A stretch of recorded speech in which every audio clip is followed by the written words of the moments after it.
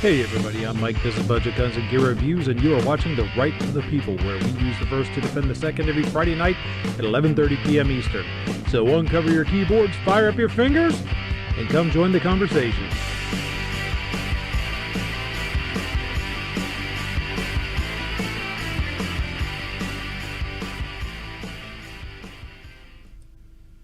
Hey everybody, I'm Mike. This is Budget Guns and Gear Reviews, and you are watching The Right of the People. It is Friday, October 16th at 11:31 p.m. Eastern. So let's get down to business. Well, before that, let me say hi. I'd like to welcome my esteemed panel. We have the Tactical Pickle himself, Calaveras 32 Special. How you doing, sir? I'm doing all right. That's sure it's a quiet night in the Calaveras household this evening. Wife is at her first ever ladies' night at the range for self-defense and firearms use. So when she gets home, I'm may have to mute up for a little while, see how that went for her. Awesome. I hope it went well. Hope she enjoyed it. Does she have much experience with firearms?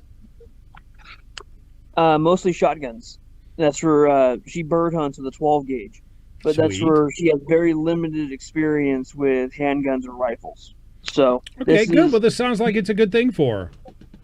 Yeah, that's where we've been trying to find her own handgun for a while, but she's not really being familiar with their use. She's been a little bit hesitant, so maybe this class will be good for her. Awesome. Well, I definitely hope that it works for her. With us as well is the irascible yet lovable Squibload. How you doing, sir? I was going to take my tactical salmon shirt to the cleaners, but they locked their doors because they're afraid of the cootie. So I went around the corner and spent my money on 9mm ammo instead. It costs that much to go to the cleaners? Dude, I kind of go to a upscale cleaners, and they're very particular. Or they kept the door locked to keep riffraff like me out, but like I said, I was going to say, if they're that hoity-toity, how the hell do you get in the door? Yeah, so I was kind of ticked off, so I went around the corner and bought a box of ammo. I mean, got crayons, crumbs in your beard and whatnot, and yeah. All right. Well, hey, if you're out there and you have a link, hop on. We'll be glad to welcome you to the panel as well. Speaking of welcome. We got, let's see, Pickle was out there first. Scott P79's in the house. Billy the cab driver making an appearance. Welcome to the show. That's a name that I don't recognize. So hold on and buckle up, right? Got Boob Sweat, a.k.a. Tatas, in the house. He says he'll be in and out. The Poor Conservatives out there. Defense Dad, Squib Lift, and Squib Load. Pancake Boys out there, the Hub 1964, James Pellerin, Lockjaw, Travis T, Gabe Stark. Welcome, folks. If you're out there in the chat, if you're out there watching on YouTube and you're live here, sound off in the chat. I'll say hi. Be part of the conversation. If you're new to the show, I try, sometimes pretty unsuccessfully on my part anyway, to keep things around PG-13. I feel free to disagree all you want. Feel free to post an alternative opinion all you want. That's great. I don't want an echo chamber. I want to have a discussion. I want to have a conversation. That's why I like this medium way better than I do radio or television, because it's not just me talking at you. It's me talking with you. This is a conversation. So please feel free to put out a different point of view. But be respectful. Don't be a troll. My mods will handle it if I don't catch it. And they might be a little overzealous too, and step on something that I might let slide. So just, be cool. Basically, don't be a dick, and you're gonna be fine. So welcome to the show, everybody. Pink's out there, G23. Hello, everyone. So, first thing we're going to talk about today, once I pull, well, you know what? Let me first get the live chat viewer going so that people can watch the stinking comments. Can I make a comment about the echo chamber thing? Yeah, go ahead. So I was watching a a channel that does something similar to what you do as far as trying to bring the news to the masses. But the thing is, this channel doesn't have a panel by choice. And I think that having the panel kind of helps, because then you don't get everything one-sided. Or, for example, if you say something about something that's going on in in California, you've got a representative. If you say something that's going on in Michigan, you've got a representative. Yep. And some nights we have an Indiana representative, or we could have somebody else from another state. And what you hear in the news about a place that you don't live in is all you have to go on. And if you've got somebody who's actually boots on the ground, they might be able to kind of dispel some of the fake news so that you're not parroting something. And I think that the fact that you choose not to just be, hey, I'm just going to put my name or my face on the screen and just read this off, you give the opportunity for a panel. I think that makes your format more objective than this other channel. Well, thank you. That's kind of what I'm going for. There's a reason. If any of you out there haven't watched any of my produced content and all you watch is the live stream, hey, that's cool, number one. Thank you. Awesome. Thanks for being here to watch this dumpster fire, right? But if you watch my produced content, I start and end every video with maybe we'll learn something together. That's because I'm not an expert. I'm just a fat loudmouth with a camera and a microphone, and I'm not afraid to use either one, right? So I want different perspectives. If all I show you is this side of this box, well, then you won't see that side or that side or that side or that side. You know what I mean? You won't know what the entire object looks like. And it's the same with these events, with the topics we talk about. If all you see is my view, if all you hear is my view, then that's all you hear. I want you to hear from other people. So that's why I welcome different viewpoints here. I welcome, my different guests. I want to hear what you guys have to say. So who else is out there? Fear No Evil says, I'll keep my comments to myself to avoid getting banned. First off, welcome. Second, don't feel that you have to remain silent. Just moderate yourself. So he says, my opinions are not like others. Have you heard me talk? Yeah, no kidding. Let's see. We also got H. Partlow. Welcome. And we had the tactical troll out there tonight. He can't see over the counter, but he's trying to troll us. Uh-oh. Pink is out. Pink says Battle Royale panel. 3 men comment. 1 host wins and leaves. That's right. Clover says he's not an expert. He took a test on the internet. He is an expert. He took a test on the internet and it said so. Oh, well, shit then. That's what happens when you... Here, take my microphone, brother. You never click on the pop-ups, Clover. Never. That's what happens. They sold him a test. You sure that test wasn't at your doctor's office? Anyhow, first thing we're going to talk about tonight. Did it involve shoving a zip tie down your nose? Something like that, yeah. First thing we're going to talk about tonight is, what the hell is the first thing we're going to talk about tonight? Oh, yeah. Last week, the main topic was the ATF's wonderful ATF don't care, ATF don't give a shit, and they slapped down the honey badger. Well, they kind of backpedaled on that a little bit. This is a piece from the Truth About Guns that I don't have up as my topics. What the hell? Let me fix that. See, technical difficulties already. What the hell, Kreitzer?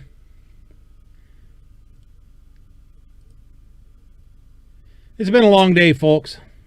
That's all I can say. There we go. This is what happens when you're not properly prepared and you have to rush home from work. So, yes. At any rate, this piece from The Truth About Guns, breaking. It's, by the way, from October 14th, so it's a couple days old. ATF issues 60-day suspension of honey badger cease and desist order by Dan Zimmerman. The Bureau of Alcohol, Tobacco, and Firearms has issued a 60-day stay of their cease and desist order against Q LLC regarding production of the Honey Badger pistol with SB Tactical Stabilizing Brace. See the letter here, and it just goes to show a picture of the letter, which says, "Dear Ms. Reeves, this letter notifies you that the Bureau of Alcohol, Tobacco, Firearms, and Explosives, ATF, is temporarily suspending the cease and desist letter dated August 3rd, 2020, sent to your client, Q LLC. The August 3rd, 2020 letter pertains to your client's manufacturer of the model Honey Badger pistol firearm.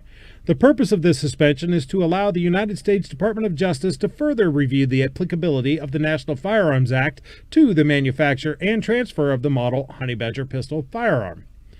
This suspension will remain in effect for a period of 60 days from the date of this letter, unless withdrawn or extended by ATF. Please contact me directly if you have any questions." The letter says the 60-day stay is to allow the Department of Justice to assess the applicability of National Firearms Act regulation to Q's Honey Badger pistol. Some will see this as a positive development. Maybe the regulatory giant is having second thoughts and the suspension gives them time to reassess. A more cynical view would be the ATF has chosen to punt the decision until after the election to see which way the political winds are blowing when the 60 days are up in December. If Trump is reelected, the ATF might be persuaded of the arbitrary and capricious nature of their claim that the Honey Badger pistol is a short-barreled rifle and drop the matter. If Biden wins, they may decide that they were right all along in determining that the Honey Badger is somehow the equivalent of a SBR. The ATF could then use their opaque, non-existent non-standards, which they refuse to explain or publish against other AR pistol arm brace combinations, magically deeming them to be NFA items too. Have you voted yet? So, the ATF first said, "Stop doing this." Then they said, "Okay, wait, you don't have to stop for 60 more days because we needed to step back and take a look at this." A lot of people are claiming that the ATF heard our voices, or that our Congress critters and elected representatives heard our voices, because people have been, sending emails and letters and phone calls and whatnot that, maybe people got Trump's ear somehow during an election year. He heard about this because there was a statement made that the White House was looking into this. So maybe Trump said, if you want to keep your job, shut up for a bit. Who knows? Maybe it is the ATF rogue elements within saying, you know what? Let's wait and see who's the boss come January 20th. What do you guys think? Do you guys think that the ATF heard the outcry, or the elected representatives heard the outcry and put pressure on the ATF? Or do you think the ATF is just kind of laying back in the briars until we turn our backs and they could jump on us? I think they heard the outcry and felt the pressure, so they're just they pulled back long enough for people to be distracted by something else and then re-implement it. Squid, do you have thoughts? I haven't done enough research on it, and even then, who knows, something might change down the road. But my thoughts are that this one came from the top, that Trump said, "You're not costing me these votes," and he said, "I'm the boss, I don't care about your union," or whatever. Knock this off. But that's just what I think, not what I know. Okay. Let me go out to the chat for a second. We had all those people. We went over this last week. About the whole, if this is the hill you're going to die on over the set and the other, you're asking for, more trouble taking the other choice. So, just more of that. Okay. Out in the chat, let's see. Billy the cab driver says he's been here before. Oh, cool.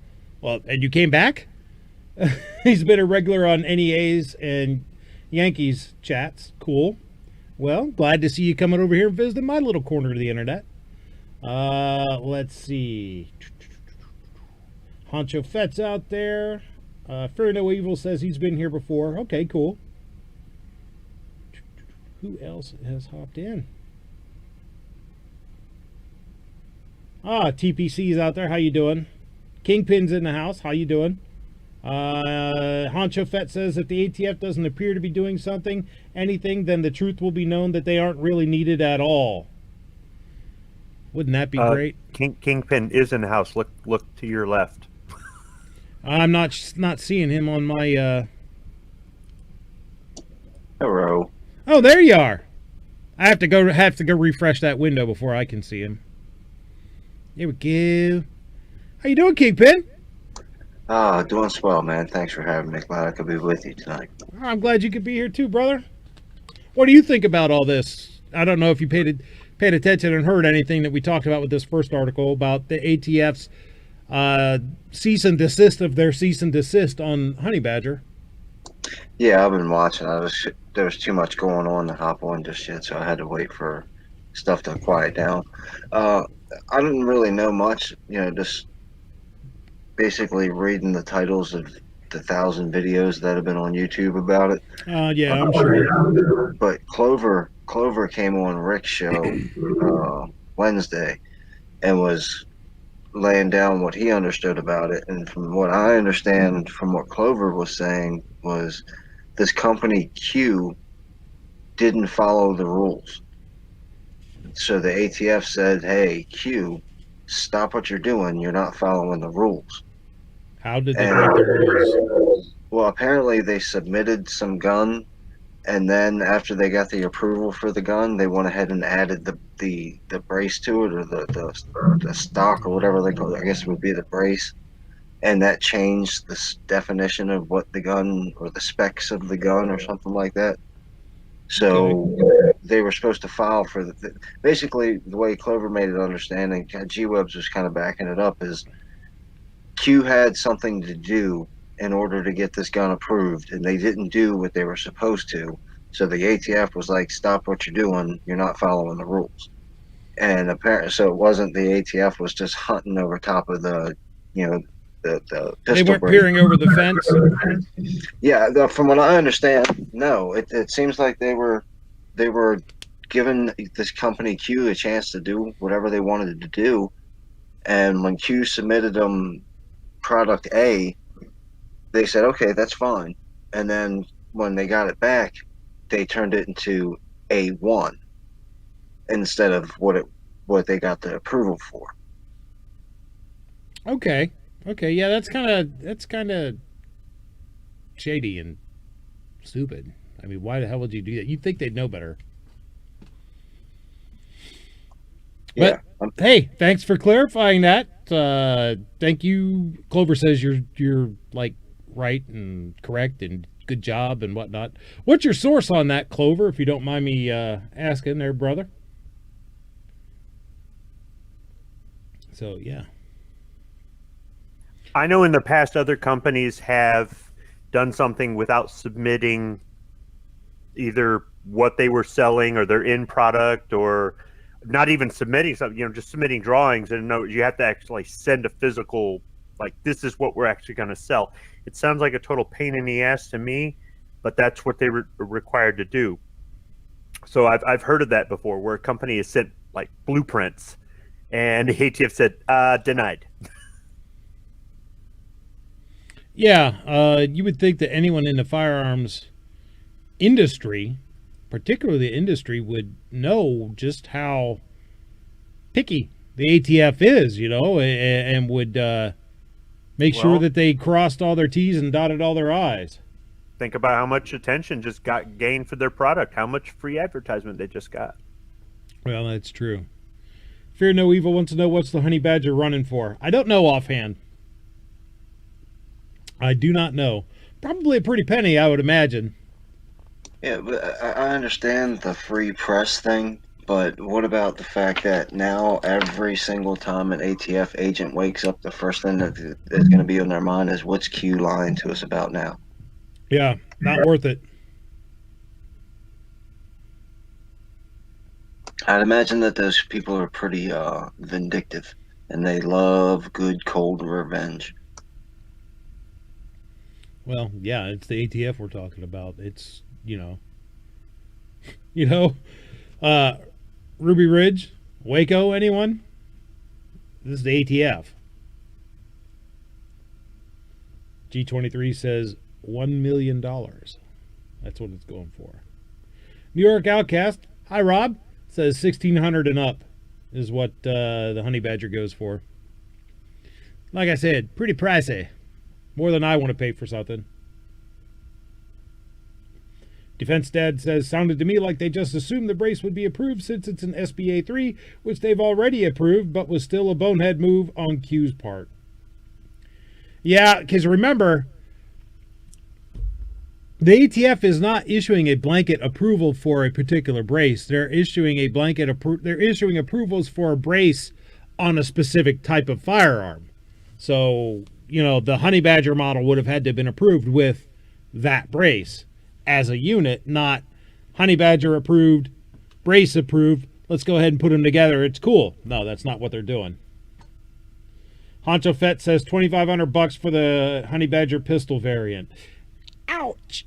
Yeah. Budget guns and gear reviews. So no, you're not going to see that on my channel unless they want to send me one. Yeah, for that price, it better be dang gold plated. Yeah, no kidding. Well, it does come in like a yellow color, doesn't it? Yeah, kind of a yellowish, tannish, FDE kind of. Yeah. No, I mean straight 24 karat. Yeah. You're talking Saddam Hussein style or Mexican cartel. Oh, I'm glad I wasn't the only one thinking about the gold AK with the ivory bolt. Mm-hmm. Yep. That's frightening if we're thinking alike. Ugh. There's other good news in the gun. Well, not so much gun. This is more of a Second Amendment type world. We got, I'm sure, unless you've been living under a rock, you know who Kyle Rittenhouse is, and you know what he's going through as far as the charges against him stemming from his completely justified use of force in self-defense during the Kenosha riots. Well, from the Chicago Tribune, October 13th, Kyle Rittenhouse, accused in Kenosha shootings, will not face gun charges in Lake County over AR-15 style rifle, prosecutors say. Kyle Rittenhouse will not face gun charges in Lake County related to the AR-15 style weapon he is charged with using to kill 2 men and wound a third during violent protests in Kenosha in August, prosecutors announced Tuesday. An Antioch police investigation found that the Smith & Wesson .223 caliber rifle was purchased, stored, and used in Wisconsin and turned up no evidence the 17-year-old physically possessed the weapon in Illinois, according to a news release from the office of Lake County State's Attorney Mike Nurheim. The news release does not reveal who is believed to have bought or held the gun before the shooting. The Antioch teen, however, still faces a gun charge in Wisconsin, as Kenosha County prosecutors have charged him with possession of a dangerous weapon by a person under 18, a misdemeanor. His attorney, John M. Pierce, argued on Fox News host Tucker Carlson's show in late August that the charge is incorrect as a matter of state law, and that the U.S. Constitution and federal law protect the teen's right to have the gun, though he did not go into detail on the legal argument. Little has been made public about the gun's history or the teen's potential licensure to have firearms, so it's unclear what, if any, charges Rittenhouse or anyone else might have faced here if the investigation had found he possessed it locally. An attorney working with Rittenhouse's legal team has said the gun belonged to an unidentified friend of the teenager. So, Rittenhouse, he crossed state lines with an assault rifle. Total bullshit. Drop that. So that's awesome. That is definitely something in his favor. Not that that was a gigantic charge in and of itself, but it's one less thing he has to worry about and one less bit that the antis can pile on top of him. But there is yet more good news for Kyle.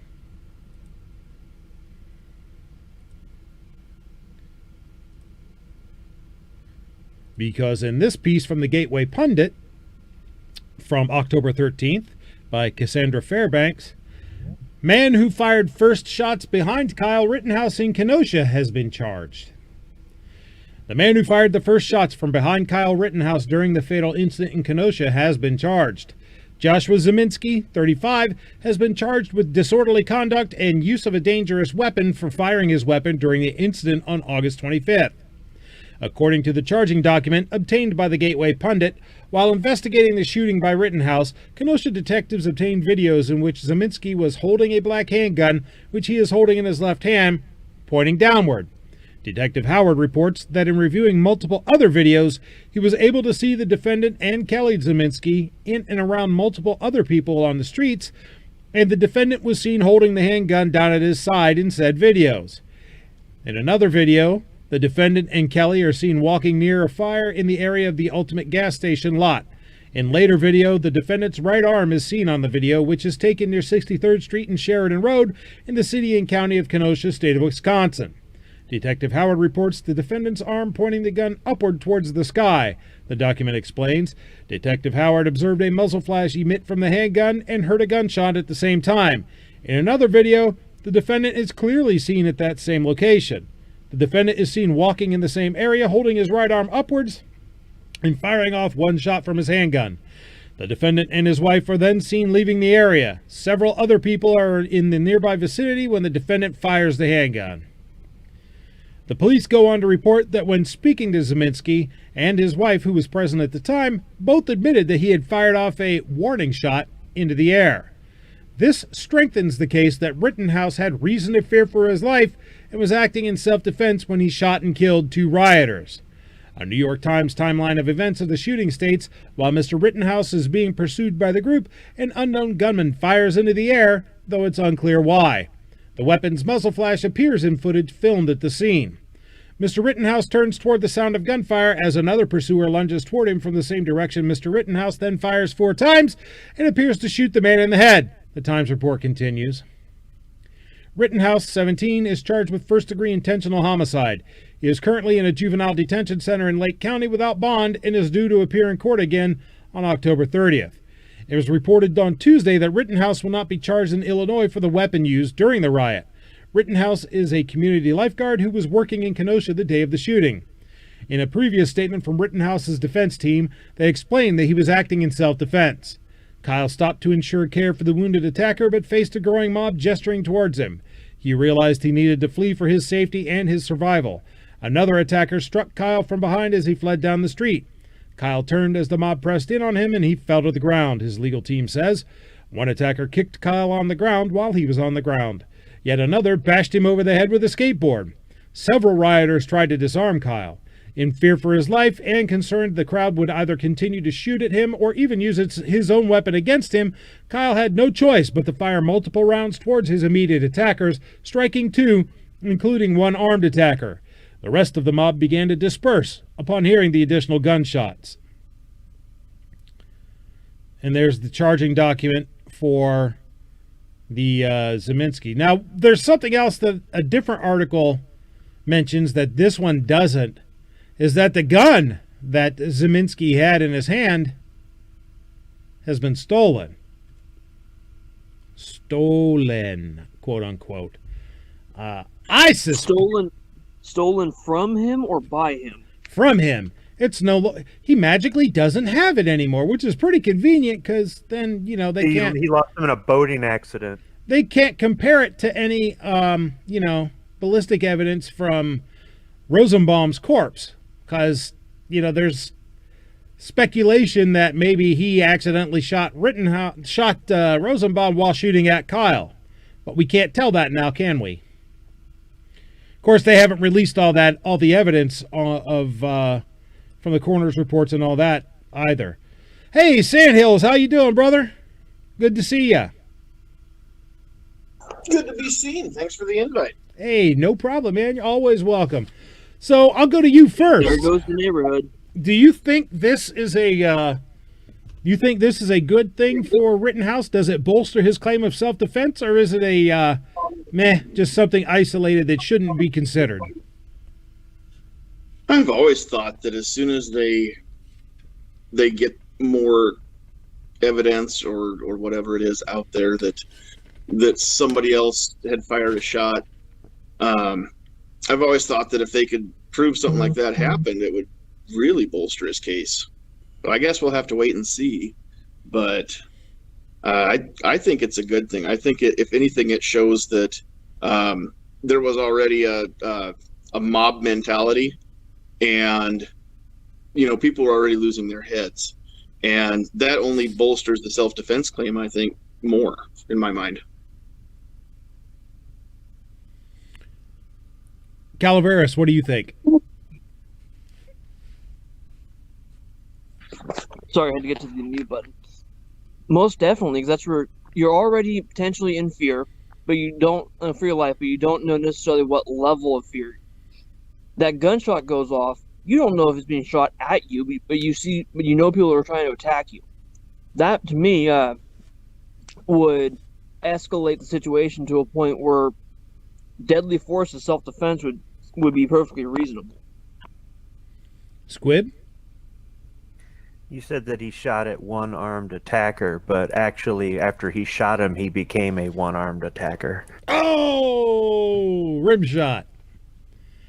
Yeah. Kingpin, what do you think? Well, if you look at it from a lawyer's perspective, lawyers only care about winning and losing. They don't care about the truth. Evidence is only a detail that they have to work around. So why would a lawyer drop a charge? Because they don't think that they can prosecute that charge. So if they don't think that they can prosecute the illegal possession of the firearm, then they probably you would hope that would set the dominoes falling down for the rest of the firearms related charges, meaning the real charges of whether or not this kid's going to spend life in prison or not. I think that Zeminski being charged with disorderly conduct and whatever, the illegal use of a weapon or whatever, I think that is a great thing for Kyle, because I think that it establishes that during that time while he was fleeing, he heard somebody behind him firing a weapon. That led to him turning instead of continuing to flee, because someone's shooting at you and you're armed, you should probably shoot back, which allowed Rosenbaum to be able to be able to lunge at him to attempt to take his rifle and end up getting shot. Frankly, I think if hopefully when Kyle is acquitted of the murder, I think Zeminski should be charged with murder, because he was committing a crime, and during the commission of the crime, and as a direct proximate result of the commission of that crime, Rosenbaum died. Yeah, see, you got to go back to the lawyer's perspective, and using the word murder, you just lost that case, because it's going to be almost impossible to link him with murder. Nope, but you could get a conviction on involuntary manslaughter, a lesser included charge. Yeah, that's what I mean. It's just like. But the charge is murder. You always charge high, and if you can plead down to something else, or you give the jury somewhere else to go with it. Yeah, but we're going to find out in the George Floyd case coming up that Derek Chauvin's been charged with murder, and when he doesn't get found guilty of murder because he didn't murder George Floyd, a bunch of people you got to be careful using the term murder, because murder means something specifically. And it depends on where you're at and what the statute is, because here in Ohio, if you and me walk in to rob a store with a baseball bat and the clerk shoots you, I get charged with murder, even though I had no intention of killing you, because you died during the commission of a crime. I think Kingpin's talking about the difference between murder, justified homicide, manslaughter. Is that where you're going? I understand, but the charge, if and I'm not familiar with Wisconsin law, so let me throw that out there as a caveat. But because his actions led to that guy's death while he was committing the crime, I think that a case could be made if the laws are similar to Ohio's, where he could be charged with murder. If nothing else, yeah, an involuntary manslaughter for sure. Negligent homicide, something. Because his actions led to Rosenbaum's death, period. Now, the other guy, he can't, Huber? I think Huber, the skateboard dude, Huber can't be laid at his feet because that was a separate incident. But well, you got to look at too. Kyle is the only one that took actual intentional shots. Yeah. Everybody that he fired at, except for the black dude that drop kicked him, he hit at least once. Yeah. This guy is firing from a distance into a crowd of people. You know, that you got to be held accountable for that. You can't not charge that guy. But I think overall, this is nothing but good for Rittenhouse, for sure. Yeah, I think so, too. Because it establishes his reasonable fear of of imminent death or severe bodily harm. Someone behind him, as far as he knows, is shooting at him. He turns around, there's this dude lunging at him. Is it this guy? Pop, pop. So I think this is great for Kyle's case, and I hope it turns out well for him. It's good. They shoot in. They shoot. What's that from? They shoot in. They shoot in. I can't remember either, but I just remember it from a movie, hilarious. a comedy movie. Before we leave the subject, since we are talking about Kyle, I always have to mention that the guy that does bad things with younger aged adults, we'll say, got Rosenbaum? shot. Yeah, he got shot in the groin. So just That's a bit of karma for you. Yeah, man. It'd be like Joe Biden getting punched in the nose.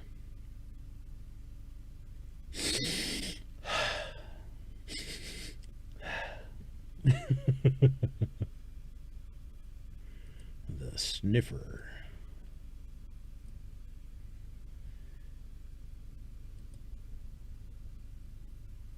Fear No Evil says he's not Team Kyle. Well, hey, you're entitled to have your opinion. I'm not He going would to. have just laid there and got shot, hit with a skateboard, kicked, disarmed, had the rifle turned on innocents, stuff like that. I would say go back and watch my the show where I did the breakdown of what happened and how it happened and the underpinnings of that, and give that a shot. The only that's negative. where. Go ahead, Cal.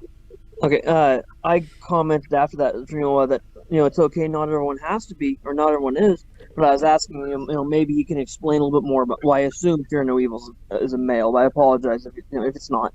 But that's where if they can explain why they're not, a quote unquote Team Rittenhouse. So that's where that'll be interesting to see what their response is. The only thing that I would. Obviously, the first and glaring thing is he shouldn't have been there in the first place. And then you can break that apart to why he was there, what he was doing there, who asked him to come, and all those different subcategories. But ultimately, no matter what, whether you like it or not, if he wasn't there, this wouldn't have happened. But legally speaking, whether he should have been there or not is completely, totally, and utterly irrelevant. Yeah, no, I'm just talking about looking back in the past and judging the situation. That's the one thing that I could pick apart is ultimately don't go to a riot. You won't get in trouble. No, I agree. If he hadn't been there, this wouldn't have happened. Obviously, I mean, no one can dispute that fact. However, he had every right to be where he was. He had every right to be doing what he was doing. And from a legal standpoint, even the fact that he may or may not have been committing a misdemeanor for being armed with that rifle is completely irrelevant when it comes to his right to use lethal force under those circumstances. Yeah, I think he had a handful of good reasons to be there too. So I'm not knocking the kid, but that's what I'm saying. If we're gonna wrap it all up in one bow, that's the one thing that would be if you changed, then nothing would have happened. But The kid's a lifeguard. He was cleaning up spray paint. He was helping his friend. He's got a handful of good reasons. I'm free Kyle all the way. Okay, I'm gonna ban him because No. Oh man! Not ban him. All right, He's being respectful with it. He's allowed to have an opinion. He's allowed to express it. He says, Fear says, I was just also commenting on, I can't pronounce his first name, but Sanchez, last name Sanchez. mhm. If it wasn't for everybody having a camera phone, Kyle would hang. There's, I think, some truth to that as well, because if there wasn't the footage of what was going on, you've got 100 witnesses against one. Oh yeah, Probably absolutely. would have. That's where everyone wanting to live stream and video what they were doing during the riot kind of saved him. Yeah. But as for Fear No Evil, I'm about to read his Kyle's comment. Okay. So Fear No Evil Go ahead. says Kyle is a back the blue brainwashed Trumper with intentions of shooting some BLM protesters. And here's where I'll disagree with you, Fear. Kyle, yes, back the blue. Yes, Trump supporter. I don't know that I would use the word brainwashed, but I will concede brainwashed. I will not concede that he went there with the intention to go kill people. Kyle went there that day because he went to Kenosha that day because he was working that day as a lifeguard. Then he assisted in cleaning up with graffiti.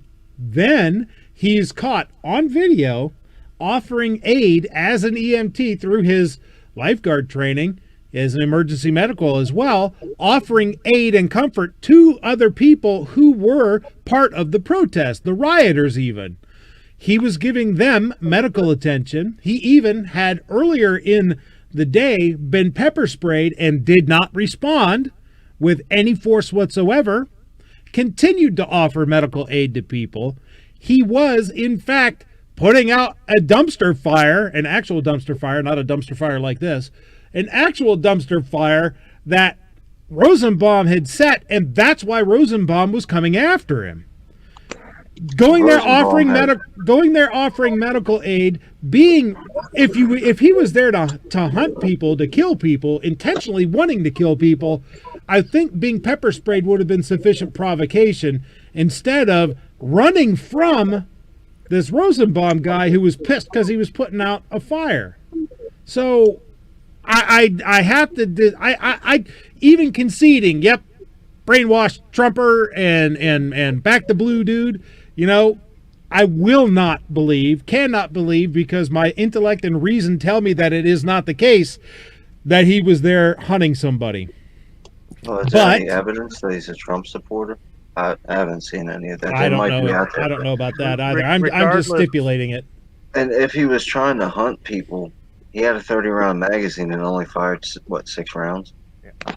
So here's the thing. The reason I said I'm going to ban him is because if this is the start of a bunch of trolling, I might as well shut it down now. So I'm going to watch his opinions, his comments, okay? It just sounds to me like he's trying to start something, and we've had a few of those. But I will do this, though. I will say, though, that I would like to nominate Fear No Evil for Moron of the Week. Look, he's been here before. We've had this whole talk before, and he's got some videos on his channel. He's just a regular everyday dude that's pissed off about what's going on, and this is his view on the stuff. Okay, well, having some sort of anti-law enforcement attitude, that doesn't. You know what though? Hey, he can. As I said at the beginning, he can have his opinion. He can express his opinion. He's doing so in a civil, mature, adult fashion. I'm not going to say, hey, screw you, dude, I don't want to hear it, because I do want to hear it. I mean, come on. Banning the guy because he holds this opinion and because he's expressing this opinion in a good way. I didn't say because of the opinion. I said because this is the beginning of starting to troll. Well, if it goes there, I'll ban him. But at this point, good, because I'm leaving it alone. At this point, I'm not there. I think it's totally appropriate conversation. Bernabe says, just call me Vern or Bernie. Nice to be in the chat. Nice to have you here.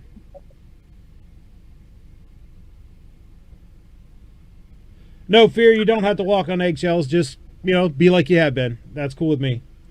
Let's see. Billy says, I'm Team Kyle, and I think he handled the situation well when it came to doing what he had to do to defend himself. Yeah, I mean, he only cut off rounds at those who were attacking him. If you go back and look at the video, and you notice that after he shot Huber and before he shot Grosskreutz, the Glock guy, the one-armed bandit, before he made Grosskreutz into the one-armed bandit, you'll see he pointed the rifle at him. Grosskreutz stopped, raised his arms. He put that rifle down until Grosskreutz lowered the pistol that he had in his hand towards him. Then he shot him. That indicates to me that he wasn't there trying to kill people, because if he was, he had a 30-round magazine and he fired, what, 4, 5, 6, 7, 8 shots out of 30. He exercised more discipline than most people would in his situation, especially for his age. He probably exercised more discipline than I would have. And here's the thing. If he was my son, I'd be proud of him, but I'd also be down there with him, helping him. He also tried to give himself up. Like, as soon as he got away from the crowd, he was trying to surrender, and the cops told him to get out of there. So what did he do? He went home and turned himself in. So, and most people who are bloodthirsty and out there to murder as many people as they can don't go right to jail afterwards on purpose. Yeah. I think we're going to have to disagree on this one. You know, you're entitled to your opinion, but I would encourage you to, as I said, go back and check out the video I did. It's one of the right of the peoples. So you'll have to sift through until you get to where I break down the video and go through it, and you'll see what I'm talking about. So, yeah.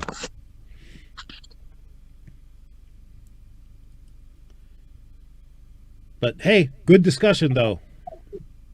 Absolutely, that's with everybody involved all around. That's exactly what I want. I want this kind of discussion. It's pretty awesome.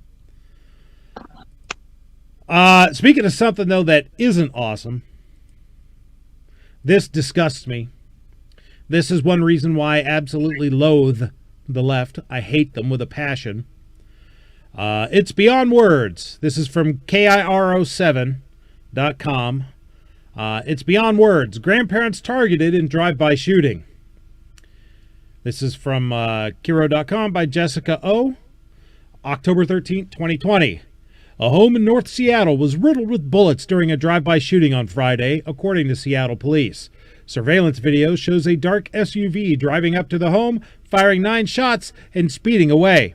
6 of the gunshots hit the home and a vehicle. At least 1 bullet pierced multiple walls of the home, including 1 gunshot that traveled all the way through to the garage. I went numb. This didn't really happen, did it? Said the homeowner. I'm fearful because I don't know who it would be that would get that angry. The couple had a thin blue line American flag in their yard, meant to show support for the Seattle Police Department. They believe the display is connected to the shooting and say there were problems in the past. About twice a week, someone was coming by and saying derogatory remarks, saying, "Take it down." I didn't argue with anybody, the victim said. The couple had filed a police report for harassment. ACAB and Black Lives Matter, which ACAB, for those who don't know, ACAB is All Cops Are Bad or All Cops Are Bastards, and Black Lives Matter were also painted in front of the home. The homeowners replaced a large flag with a smaller flag and a similar display, hoping that would de-escalate the situation. After the shooting, Seattle police officers told them it wasn't safe to keep it hanging. The police said as much as "We appreciate your support. We tell our families don't fly them." They knew supporting law enforcement might draw in some criticism, but say they never would have imagined that a display could almost get them killed. Everybody has an opinion, and we're entitled to it. You don't shoot me for it. Let's go ahead and watch the video. Of course, there'll be at least 15 seconds of advertisement. So, yeah. Oh, we can skip this ad in 11 seconds. Yes, awesome. Because I'm going to skip it.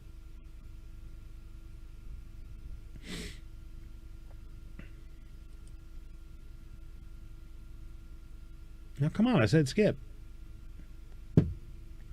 That's some bull.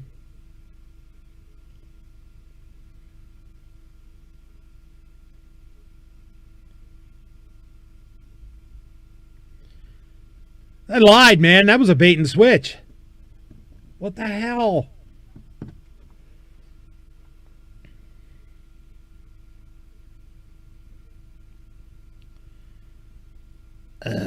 Although I did like candy corn back when I could eat it. I thought that was some pretty good stuff. Candy corn. Are you communist? No, I'm not a communist. The only communist shit I like is their rifles and pistols. He's from California. I thought you said commoner, not communist. Yeah, That he's from cheap California. candy. Don't pay attention to him. And just, What the hell? squib. Gee. Squib. About the only thing candy corn is good for. You put it on the hook when you're out catfishing. Really? Do they bite that shit? Well, the kind of Really, catfishing that Calaveras does. The worse it smells. Now, the see, worse what it the hell? tastes, This more is supposed to catfish be. like. This is supposed to be video for the grandparents. Instead, it's just that freaking candy store ad again. Wouldn't be right of the people without What a technical crap. difficulty. Well, anyhow, it just basically it said the same damn thing and showed the surveillance video of a black car driving past and muzzle flashes. But that's the kind of thing that, you know, this whole Antifa BLM movement should be declared domestic terrorist organization because they do shit like this. You know, here in my little town, you know, which we did have a BLM protest come through. Since then, there have been, you know, anti-Trump supporter activity, I guess you would call it. Most notably, yard signs getting stolen, stuff like that. But one of my buddy's parents live along one of our commonly traveled streets, and he's got a Blue Lives Matter flag and Trump flags and signs and shit. And those things have been getting torn down all the time. He's even gotten threats because he won't take the shit down. And he's basically, fuck you, I ain't taking down shit. So he instead of getting smaller flags, he just got bigger ones and put them up out of reach. I'm worried he's going to get a drive-by before all this stuff's over. Just remember all this stuff next time you hear somebody say, Donald Trump sent out a tweet that was mean. He just ran off a bunch of potential supporters, some undecided voters. Yeah, Say, okay, how many undecided voters did Donald Trump win when your next door neighbor's house got shot up? Yeah, exactly.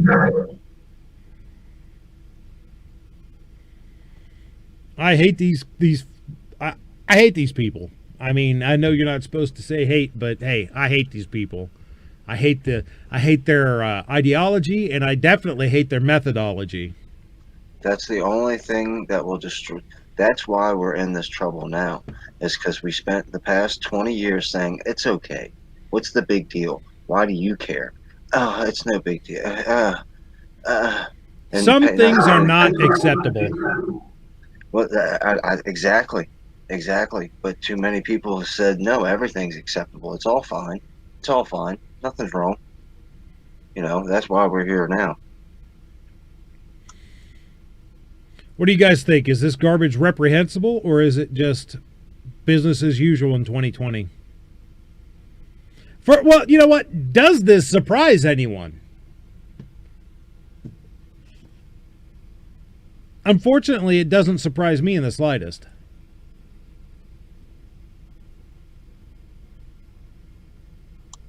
Not me.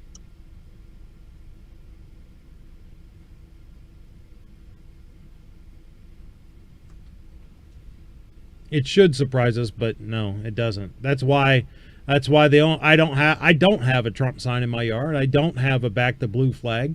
I have an American flag out there, but that's that. If I lived by myself, that might be one thing.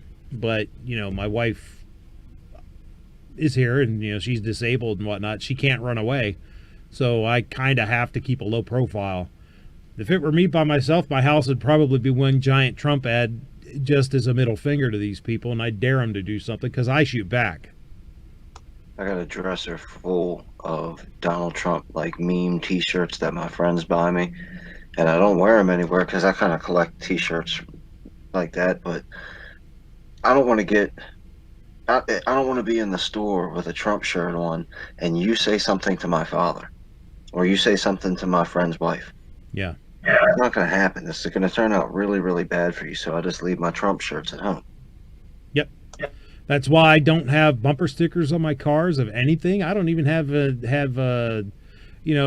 Second Amendment Foundation or Firearms Policy Coalition or Gun Owners of America or NRA or anything like that. I don't even have a Smith & Wesson or Ruger stickers on my car. Nothing. Low. I try to keep it low key and underground because I don't want to have that kind of attention drawn to my vehicle because these people are freaking crazy. You know, I have my family to think of. Again, if it were just me, screw you. Don't care. You know, the worst you're going to do is kill me. Big deal. Send me to Valhalla. I don't give a shit. I shoot back. But so we need to make sure you die with your AR-15 in your hand. That's right.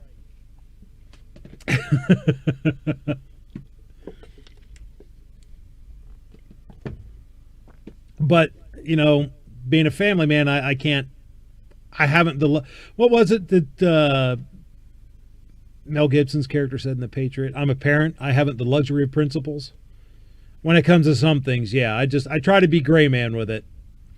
Now, I get my big fat ass on camera and on my microphone running my mouth, but that's different. That's not, out. Signing autographs, going around like he's Mr. Big Stuff. That's only if I'm asked. But, that's, I don't keep that, I keep that separate from where my family is, you know what I mean? What was that? I was just wondering if you'd sign my boobies for me. Sure. I'd be happy to. Is that why you keep your family separate from that? Yes. Don't encourage me. I've already signed one moob. I'll sign another.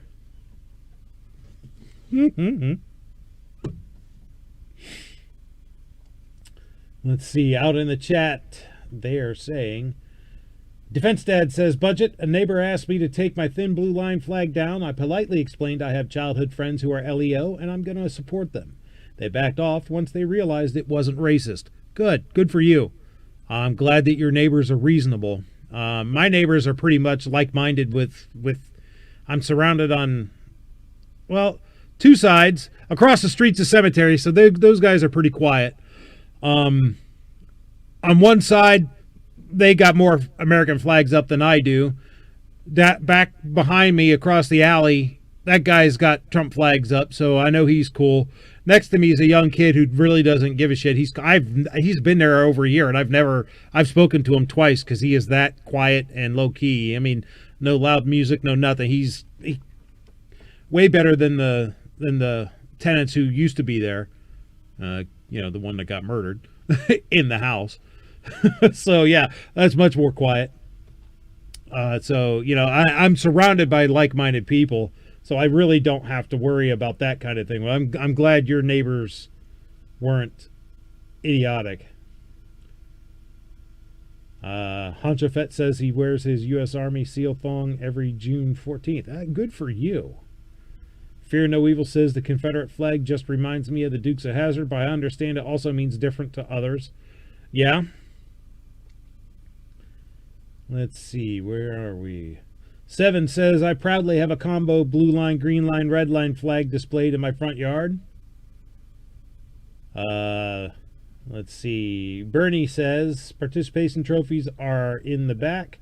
Second place is the first loser. This crap started when the Pledge of Allegiance was taken from our public schools. Billy the cab driver says, I think playing the gray man when it comes to politics these days is best, and hopefully the silent majority will be enough to keep Trump Pence in the White House. That's what I'm hoping too.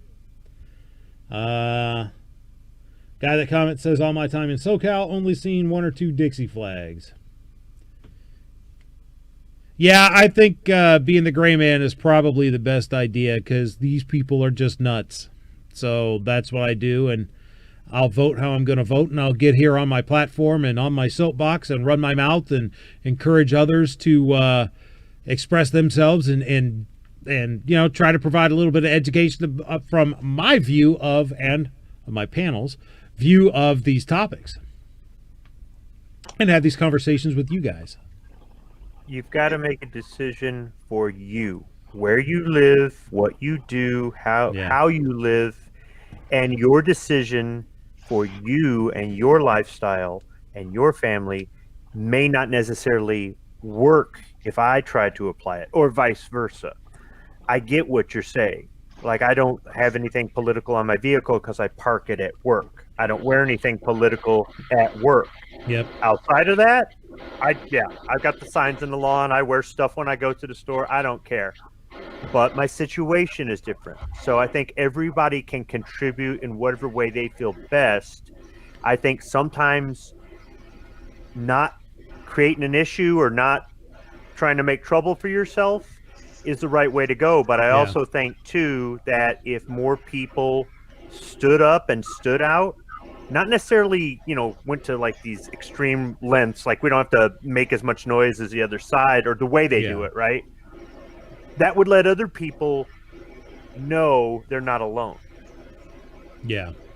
When I'm out by myself, well, first off, pretty much everywhere I go, I'm wearing, this right here. Got my logo slathered all over everything because, I'm a self-promoting whore.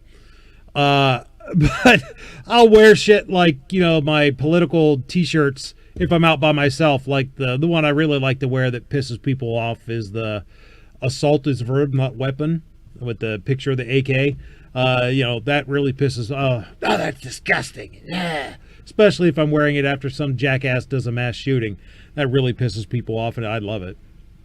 I'll do stuff like that if I'm out by myself. But if I have the family with me, gray man the whole way. Because I don't want that kind of difficulty when I have them with me.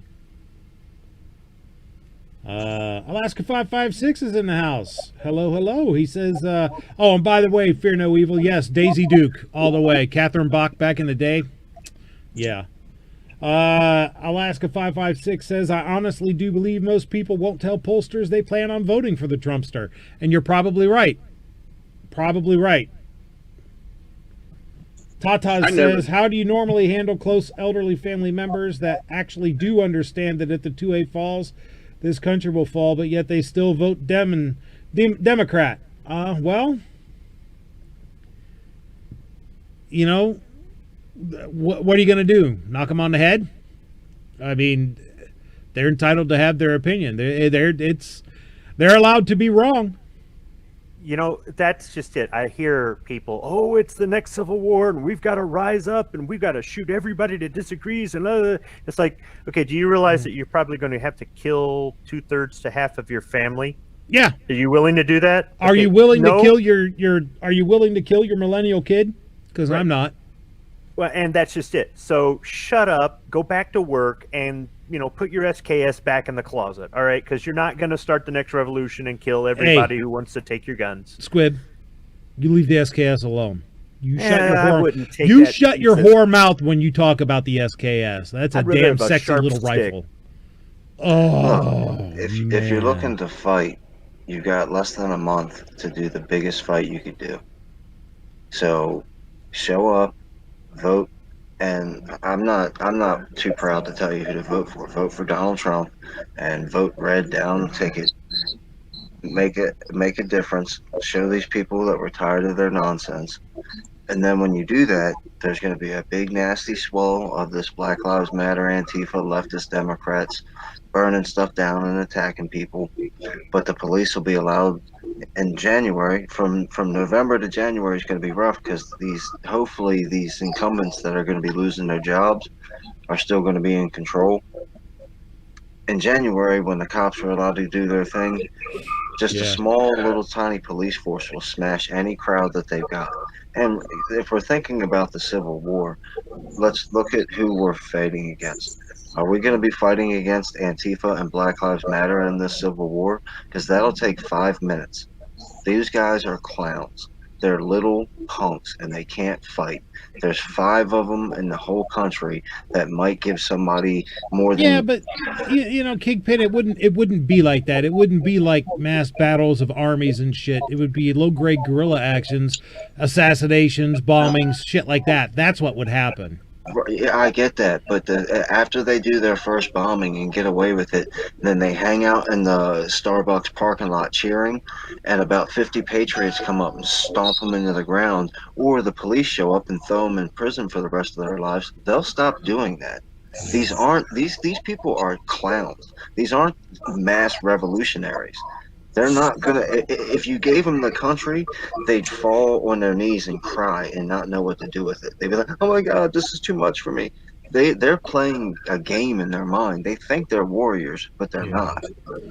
Hey, out of 29 watching, got 18 thumbs up, 1 thumb down. Thanks for the engagement, hater. You rock. Speaking of being a self-promoting whore, Seven Wonders says, I always wear a Pro 2A or Pro Constitution shirt and my cowboy hat in public. Been wearing my Budget Guns and Gear Reviews hat here lately. If anybody wants one of those, let me know. Send me an email. I can, if anybody wants to have some, I can, if enough people want it, I can make some more. I want one.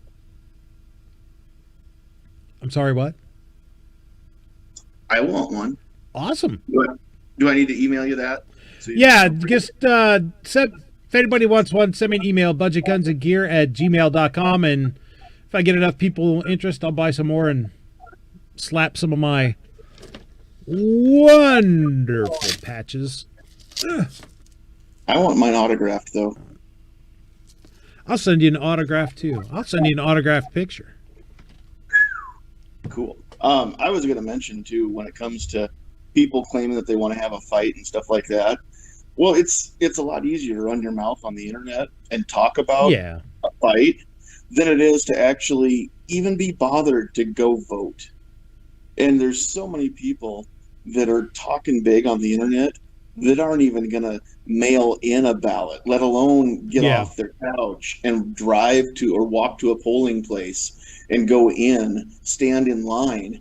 And it's easy to get discouraged sometimes when you think about how many people are running their yaps and yet do nothing to actually help the cause. So I'm really pulling for that silent majority that doesn't feel the need to bluster and run their mouth, but they know when the time comes how to get things done, including their duty, at the ballot box. Bernie Sanchez out there asked, PayPal? Yes, budgetgunsandgear@gmail.com. That same email address will let you PayPal. Let's see. Let's go on to the next thing. Sir, you guys know who Gabby Giffords is. For those that don't, she was a rep. I don't know if she was a senator or congressperson, but anyhow, she got shot in an assassination attempt, and that started the whole. Her and her astronaut husband. Is his name Mark? Anyhow, they started the Giffords group, gun control group, which is morphing into a gun safety organization because they're trying to control the narrative, which we will talk about in a bit. But anyhow, they're launching a Trojan Horse gun rights group, or at least something that's masquerading as a gun rights group. Giffords launches National Gun Owners for Safety Group to combat the NRA, by Alex Gangitano from 101320. Giffords, the gun control advocacy organization founded by former Representative Gabby Giffords, Representative then, Democrat, Arizona, after her attempted assassination, is set to launch a new national firearms group intended to take on the power and influence of the National Rifle Association. Gun Owners for Safety will be launched off of a coalition that was founded in 2018 with chapters in Colorado, Minnesota, and Texas. It seeks to offer gun owners an alternative to the NRA, which remains stringently opposed to most anti-gun violence proposals. I don't think they understand what stringently means. This is from thehill.com, by the way. I think whether you're talking about politics, whether you're talking about lobbying, whether you're talking about culture change, what's vitally important is that we focus on the millions of Americans at the center of our politics. If we're going to have long-term durable change in this country, it can't just be the activists on the left and the activists on the right. We really have to move to the center. I actually agree with them on that. Unfortunately, what they're talking about is miseducating the center and duping them into believing the bullshit that they want to put forth. Giffords executive director Peter Ambler said, Giffords, the wife of Arizona Senate candidate and former astronaut Mark Kelly, is a gun owner herself and, Ambler noted, was ranked one of the most moderate members of the House during her time in Congress. Organizers have already connected with nearly 50,000 gun owners in all 50 states, as well as Washington, D.C., and some serving abroad who are fed up with the NRA, Ambler said. Members include hunters, collectors, veterans, former law enforcement, and others who value firearm ownership but also want to reduce gun violence. These men and women were eager at a time when our values of our country are being debated to raise their hand and show politicians, show the country, that the vast majority of gun owners support safer gun laws, Ambler said, calling expanded background checks a main focus of the group. Gun Owners for Safety plans to take advantage of the weakened state of the NRA, which has faced accusations of corrupt leadership and illegal spending. New York Attorney General Letitia James issued a civil suit against the NRA in August, alleging that it violated state law governing nonprofit organizations, contributing to a loss of more than $64 billion over 3 years, and that its top officials diverted millions of dollars away from its charitable mission. Quickly thereafter, Democrats on the House Ways and Means Committee called on the IRS to review the tax-exempt status of the NRA and NRA Foundation, and Senate Democrats called for the NRA Foundation to be immediately removed from the list of charities eligible to solicit and receive contributions from federal employees. Put your foot in the shoes of an American gun owner. Do you want to be part of the NRA, which is embroiled in legal and ethical controversy? Ambler asked. The NRA wants you to believe that you can't have your Second Amendment and pursue laws like universal background checks. Oh, that's because you can't! The launch also comes following criminal allegations that a group of men tied to a militia group that earlier this year protested a session of the Michigan State Legislature while carrying rifles had been plotting to kidnap Governor Gretchen Whitmer. American voters are hungry for campaigns and messages and groups of people who are attempting to bring people together to accomplish something that serves all Americans. That's why Gabby is working so hard to organize fellow gun owners across the country. Gun Owners for Safety will hold a launch event on Friday with Giffords, Ambler, Representative Jason Crow, and multiple gun owners. They plan to release a video sending a message to 2020 candidates from gun owners across the U.S. Giffords has endorsed and campaigned for Democratic presidential nominee Joe Biden. Kelly is polling well ahead of Senator Martha McSally in the Arizona Senate race. So here's the thing. These people just can't be honest. And they understand that. They understand that they have to lie. They have to dissemble. They have to deceive. They have to miseducate. They have to misrepresent what it is they're doing. They have to cloak what their true aim is with words like, well, phrases like gun safety. Because remember, it used to be gun control. It used to be Handgun Control, Inc. Now it's just the Brady campaign. It used to be the Brady Center for the Prevention of Gun Violence. Now it's just Brady. You know, it's indicative of who they are that they embrace the tactics of deceit and deception. They're taking advantage of the position that Wayne LaPierre has left the NRA in to try to scoop up disaffected gun owners and fool them into believing that their gun safety thing is anything other than gun control. Yes, go ahead. Sandy is getting ready to leave, I think. Okay, yeah, Sandy.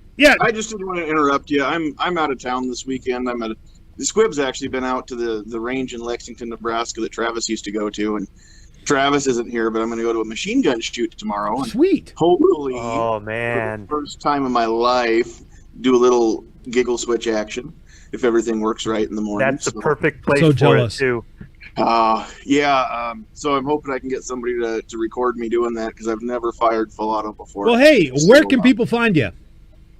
You can find me under Sandhill Shooter on YouTube and on Facebook. Those are the two places. And every night on Tuesday 9 o'clock Central Time, we do our own live podcast. We call it Get Off My Lawn. And we talk about 2A stuff, politics stuff, whatever else we want to talk about. Sometimes it's just what makes us mad, because it's just sometimes a bunch of grumpy old men and women sitting around complaining. So check us out there, and subscribe to the channel, or go like me on Facebook, and look for pictures and video coming out soon, hopefully, of a little rock and roll action tomorrow. So looking forward to it. Looking forward to it. I'm going to call home and call it a night. So thanks for the invite. Hey, man, thanks for being here, brother. Welcome back anytime. Later, Sandhills. Good night, all. See ya. See, man, he didn't know you couldn't see the internal chat. Yeah, I don't. If I bring the internal chat up, everybody can see it, so I don't bring it up. Looks like Pickle bounced out, too. Guy's always so sour. What's the big deal? I know, right? This is quality entertainment, folks. So with this name, they're using it as a misnomer. You know, I'm wondering if they got the idea from other legitimate groups. For example, in Michigan, we have the MCRGO, the Michigan Coalition for Responsible Gun Owners. Mm-hmm. And they are far from anti-gun. They're actually the ones that got a shall issue concealed carry here. And with a name like that, you're going, oh, responsible gun owners. Well, if they're going to use, you know, safety or responsibility or ethical, or pick your adjective, right? You might have somebody that actually thinks this is legit, or the mainstream news will run with it like it's legit. Yeah. Well, you had said they can't be honest, and that's what they're incapable of telling the truth because they know they can lie and get away with it. Mark Kelly has his staff members on videotape saying that he's put his campaign and his actual platform are two different things. And his campaign manager or campaign staff member kept saying, why don't you just run on your platform? That's what we want you to do. And he was like, no, we're going to run on this, and then we'll do this afterward. And guns are directly involved in that. He's coming off as he's not anti-gun, and as soon as he gets elected, he's going to go after the 2A. Oh, yeah, bait and switch. Staff member on videotape. Well, and look, you know, this Trojan Horse organization that they're putting up now supports Biden. We all know Biden is absolutely gun control mad. And if not him, President Harris will be, because we all know the 25th Amendment is going to be invoked within 3 months of Joe Biden winning the presidency if he does. And then it'll be President Harris and Vice President frickin', you know, that fucking Pelosi rotten piece of humanity. Thought you were going to keep it PG-13. Good morning. Did I say the F word? Oh, shit. I'm sorry. I was trying. I'm allowed one. And I couldn't have expended that one on a better person. Let's see. Bernie says, personally don't care what the NRA does. It's a personal choice if you back them or not. They stopped helping its members 30 years ago. Let's see. Fear No Evil says we still need the NRA. I have to agree with that. I think we do need the NRA. We need a strong NRA because shit like this is going to happen if we don't have it. Because whether you like them or not, whether you agree with what they've been doing, particularly whether or not you despise the leadership and their practices of not having transparency to the members and not listening to the members and not being accountable to the members, the fact is 5 million people. That number says a lot to the people who pay attention to voting blocks. I don't really think anything's going to happen to the NRA because the people aren't just going to completely abandon them, because there's a bunch of people out there, you know, Squid being one, that still thinks that the NRA is something he's going to support, and that's fine. He has his right to do that, but there's millions more that agree with Squib, that they still like the NRA, they just want to clean it up. And as far as their financial stuff, if they were to get completely 100% nailed to the wall for their financial misdealings, there'd be a whole list of lawyers popping up, suing every business out there, every 501c3 out there for the exact same thing. What these politicians want to do is smear them and maybe get a little bit of that sweet money under the table. It's an election year. That's where the money under the table comes in. They're trying to neutralize the NRA as a political force during this election year. And by and large, they might be succeeding because of all the rope that Wayne LaPierre and his practices have given them to do so. It's unfortunate, but there it is. What were you guys talking about? I had to run upstairs and get my NRA t-shirt. You shut up. But I mean, if they can Wayne LaPierre, there's going to be a bunch of old heads and hardcores that are like, oh no, Wayne was great, and then there'll be a whole bunch of people who have left the NRA and aren't interested in it, being like, okay, finally, I'll pay attention to him. So getting rid of Wayne LaPierre is not really going to make things worse. You know, no, but it puts a better face on it. Yeah, him staying around is just, he's a target, so every chance they get, they're going to take a shot at the guy. Seven says if Biden wins, either we have way more sub 80 IQ folks in this country than I ever imagined, or it's due to mail-in ballot fraud. I agree. Britton Van Ness says we need the NRA, but it does need some house cleaning, and I agree with that as well. If the Democrats are going to cheat and win, they're going to have to cheat at the most epic scale that humans could ever fathom. Because I'm telling you, Donald Trump is going to mop the floor with Joe Biden. And Squib, here's another thing you're going to agree with Fear on. Fear says we have a huge problem with judges that allow gun manufacturers to be sued by gunshot victims of criminals. Spot on. That the like Connecticut, and that's about it. The fucking, what's the word? Damn it. The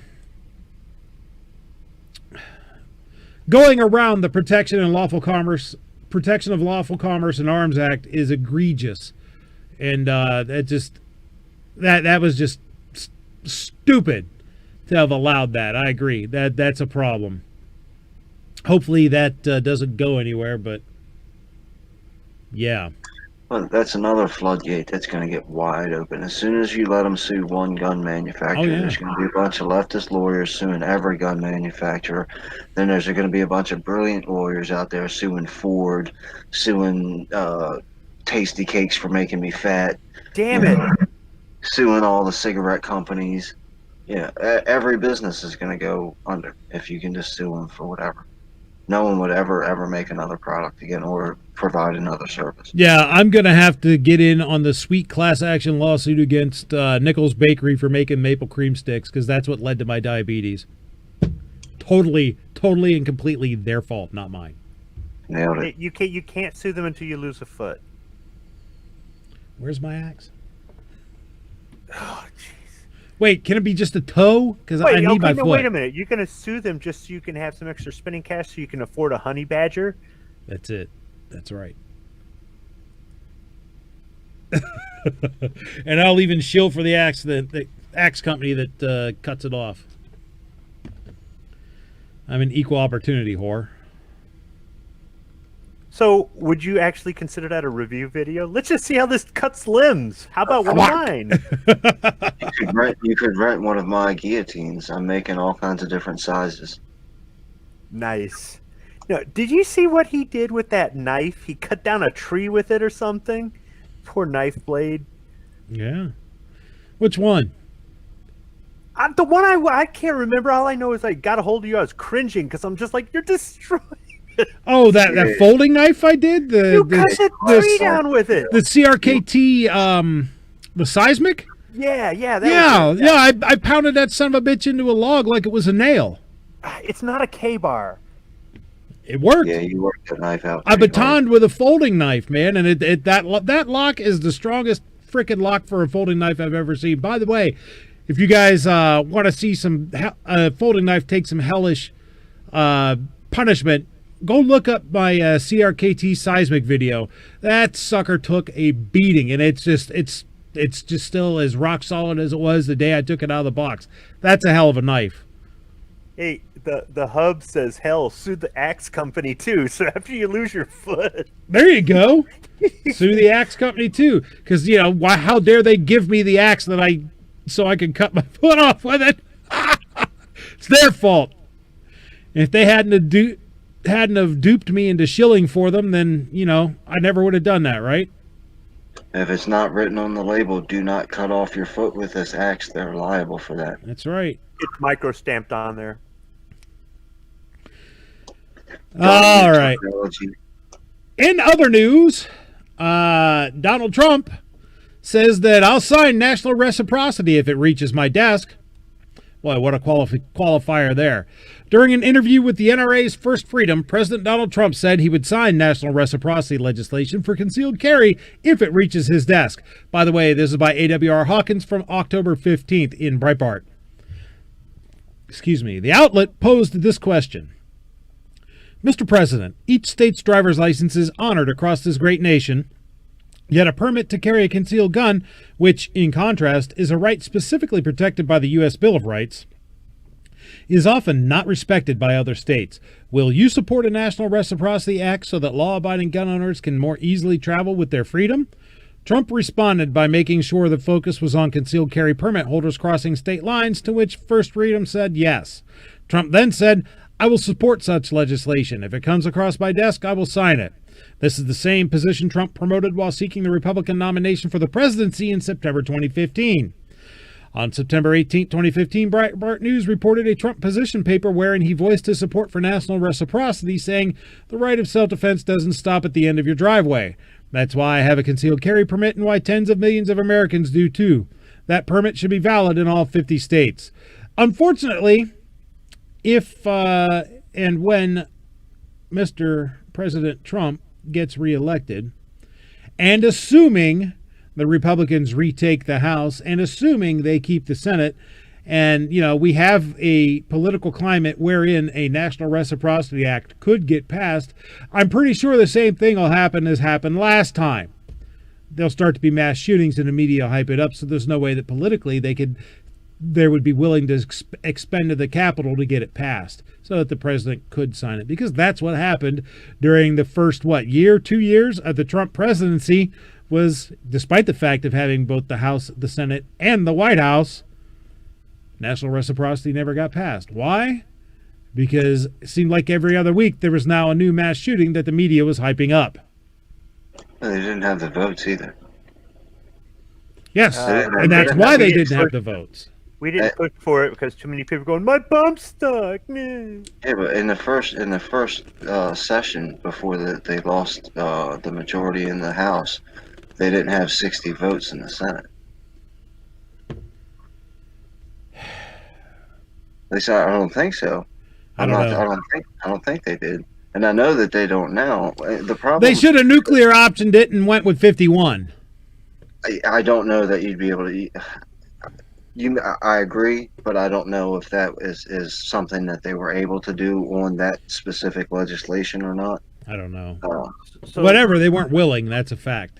Yeah, they punted on us. That's why a lot of the bills that they vote on, you can't really tell who they are by their votes, because if making XYZ the most demanded thing in the country, all the Democrats like it, so of course they all vote for it, whether they have the votes or not, so they can go back to their constituents and say I voted for it, and all the Republicans vote against it, whether they can stop it or whether it's a moot vote because they're completely outnumbered. They can go back and say, hey, look, I voted against that thing. Yep. You start with national reciprocity. Once you get that, then you go for national constitutional carry. Okay, these are not overnight things, and these are not, one happens and then 6 months later the other happens. These take years. When everybody having the ability to carry a gun anywhere becomes a normal thing, is same as everybody carrying a cell phone. Now, I'm not saying everybody's forced to. I'm saying everybody has the option to. Yeah. Crime will go down. These mass murders are going to be less likely to happen, or when they do happen, they're going to put these guys down because we don't have to wait on a cowardly cop hiding out in the parking lot. All right. Yep.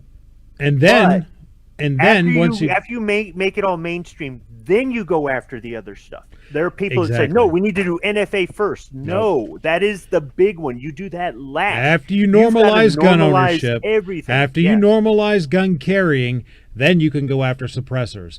Then you can go after SBRs. Then you can go after full auto. That's when you can start dismantling the NFA piece by piece. You take it apart one little thing at a time, the way they've taken our rights from us one little thing at a time. But until you normalize everybody's walking around with a gun or has the potential to be walking around with a gun no differently than they're walking around with a cell phone, until you do that, everything else is going to be a bigger fight and a lot of wasted effort. And in the end, the thing that is going to make us safer is our ability to have the choice to be armed wherever we go, anywhere in this country. Yep. That's a good integrity test too for the person that you're talking to, because no doubt when you say something like that to someone in public, they'll be like, are you crazy? Everybody with a gun in their hand, the murders will go out the roof. Ask them what they feel about legalizing drugs. And I bet you that they'll say, I think they should legalize all drugs. But because if 17-year-olds can walk into Walmart and buy some heroin, they won't do it. Look in Europe, you can drink at 16 and no 16-year-olds over there drink, but they have no integrity when they're making that argument, because then you would agree with me that if everybody's got a gun, then it's no big deal. Well, one of the ways we could achieve this is by what this blog post from David Codria, the War on Guns.blogspot.com, is entitled Framing the Terms. He received this comment by email. In this 1984-ish way, we're renaming, new-speaking so many things, groups, individuals. How about we relabel the antis as infringers? This would cause those not clued in to the struggle to think, infringers of what? Our side could then be right there, ready to provide all the details. And for the already enlightened, it will provide them with a brand new ear-catching verbal club to beat the commie left senseless. Remember the old saying about he who controls the language? Well, two can play that game. So, you control the language, you control the narrative, you control the story. I like it. I've been screaming that forever, man. That's huge right there. That's the brainwashing that everybody is subject to. Whether it be the new terms that they're trying to push on us now, like reproductive rights as opposed to abortion, civil unrest as opposed to a riot. If we play into the sexual preference being a bad thing now, the coronavirus as opposed to the Wuhan virus. Everybody in the world called it the Wuhan virus for the first 2 months, and then all of a sudden they were like, "Hey, we need to attack that word. Now it's got to be COVID-19, or you're a racist." Chef instead of fry cook. Midnight's a loser instead of midnight's a loser. Yeah, he's probably not out there anymore either. I almost feel bad. I'm sure he'll hear about it, and that's good enough for me.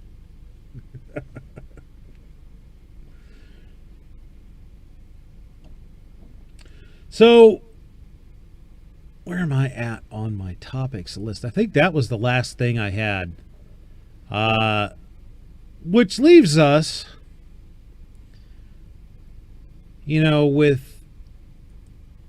have to make sure that however we approach regaining our rights, we're not stupid about it. Speaking of stupid. And now prepare yourself for another tale of stupidity in this episode. Well, you have to use the system. Moron of the Week! Haven't you been on enough of my panels now to realize that when I say something about speaking of stupid or speaking of morons, that I'm going into my moron of the week? So for the people out in the chat, whenever he does something where he screen shares or plays a sound in the background, it goes silent over here. Yeah, they can't and hear it. It's very eerie. It's very weird for us. It makes them uncomfortable. Yes, it does. It's like you're hiding something. I'm sure it would. Maybe I am.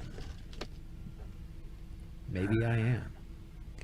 Anyhow, first up, normally, good old Sniff'em Joe has an honorary spot in our Moron of the Week segment. But, well, today, this time, he actually did something.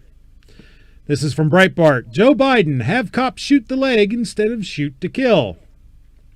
During the Thursday night ABC News town hall and stroking session, I added that last, Democrat presidential hopeful Joe Biden reiterated his position that police ought to be trained to shoot perps in the leg instead of learning a shoot-to-kill mentality. While answering a question about the 1994 crime bill, Biden called for transparency, banning chokeholds and de-escalating. He explained de-escalation by saying, so instead of anybody coming at you and the first thing you do is shoot to kill, you shoot them in the leg. Now, that's a hell of a de-escalation. You're going to de-escalate the shit out of me if you shoot me in the leg, Joe, instead of talking to me.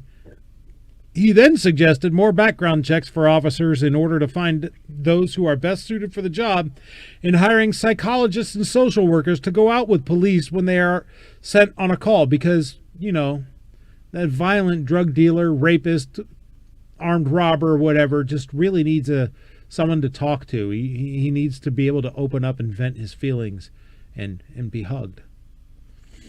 On June 1st, 2020, Breitbart News reported Biden's statement that police should shoot suspects in the leg instead of the heart.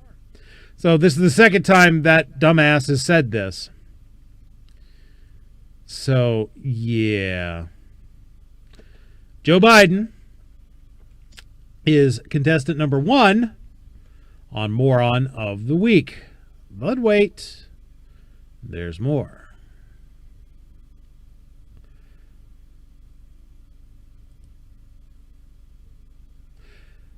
Senator Blumenthal, this is a piece from townhall.com, by the way. Senator Blumenthal whines ACB's views on the Second Amendment could overturn gun laws across the country. Senator Richard Blumenthal, Democrat, Connecticut, used his time to attack Supreme Court nominee Judge Amy Coney Barrett on her views on the Second Amendment, saying if confirmed, her views would threaten gun control laws across the country. Good. Blumenthal accused Senate Republicans of being the ones who want activist judges to legislate from the bench and strike down laws supported by a vast majority of the American people. What a lie. And that activism uses originalism as a smokescreen. Another lie. Adding Barrett will strike down the Affordable Care Act and abortion rights. Like those are bad things. And an activist judge on the bench doing what Congress could not do would also strike down common sense gun safety laws. Connecticut has been at the forefront on gun violence protection. Another lie, because those words don't mean what, again, cloaking their actual intent and their actual actions as something else, deception, aka lying. On gun safety, Judge, you acknowledge that your dissenting opinion in Cantor sounds kind of radical. That's because it is, he continued. But if your views on the Second Amendment are adopted by the Supreme Court, it would imperil common sense state laws like Connecticut's all around the country. Barrett dissented in Cantor v. Barr by stating nonviolent felons should not permanently lose their right to own a firearm. So, yeah. You're gonna get... It's going to be horrible and blood's going to go in the streets. So that's Dick Blumenthal, and Dick Blumenthal has a spot in Moron of the Week. But wait, oh yes, there's more, because yet another Senator Dick is involved. We know how it works where you live. You too, roll call. Senator Dick Durbin, Democrat, Illinois, claimed during Tuesday's Senate hearing with Supreme Court nominee Amy Coney Barrett that firearm dealers in Indiana were responsible for gun violence in Chicago by gangbangers and thugs. We know how it works where you live, Durbin said, addressing Barrett during a hearing of the Senate Judiciary Committee. You know how it works. There's a traffic between Chicago, northern Indiana, and Michigan going on constantly. Gun shows are held in Gary, Indiana, and other places. When they're selling these firearms without background checks, unfortunately, these gangbangers and thugs fill up the trunks of their cars with firearms and head in the city of Chicago and kill everyone, from infants to older people. Law enforcement is fighting it, trying to get Indiana to at least do background checks at these gun shows with limited success. That son of a bitch is so full of lies there, it ain't freaking funny. Let's listen to his lies from his own worn out mouth. I almost said something bad. Introducing Evernorth. After, of course, health services this designed to rethink, I don't care about redefine, Evernorth. evolve what healthcare means. We solve across silos, close gaps in care. Apparently, I and can't deliver turn that what's down. right, even as the world changes. But we can't So, do it yeah, I'm alone. just going to talk over it because Together I don't want to we get a can elevate copyright health strike for all. running Because health is what their makes ad progress video. possible. Yeah, Ever onward, ever upward. that would really piss me Evernorth. off. We know how it works. Where you live, you know how it works. There's a traffic between Chicago, northern Indiana, and Michigan going on constantly. Gun shows are held in Gary, Indiana, and other places. And when they're selling these firearms without background checks, unfortunately, these gangbangers and thugs fill up the trunks of their cars with firearms and head into the city of Chicago and kill everyone from infants to older people. It's a horrific situation. Law enforcement is fighting it, trying to get Indiana to at least do background checks at these gun shows. Because, don't have to do background checks at gun shows. What he's actually talking about is private sales between individuals. Because as we all know, anytime you go to a gun show and you buy from a licensed dealer, you are required to undergo the same background check you would do at that dealer's brick and mortar store. But hey, why let the facts get in the way of a good narrative, right? With limited When success. it's an owner-to-owner and we are sell trying to out apply of the state, standards you that you can't sell them disqualify a yourself from buying a firearm handgun. to felonies. It's a long and gun mental only. And illness. have you seen the long And guns you that wanna get take sold away owner to part owner of at a that, gun protection. show? They're the There's kind I usually buy. Precision Hill in this serve. case. No, crap would be your SKS.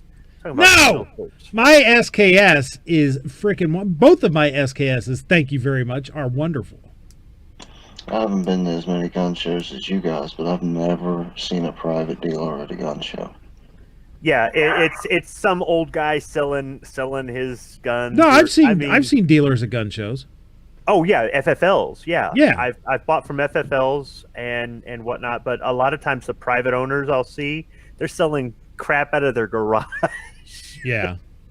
The 40-year-old can of smokeless powder that's been opened. And by the way, you as a reloader, never buy that. No. So there we go, folks.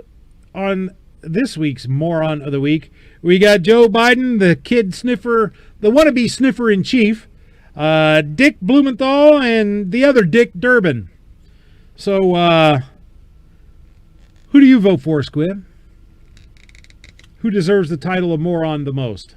I'm giving it to Fear No Evil. No, we're not doing that. Which of the three legitimate candidates?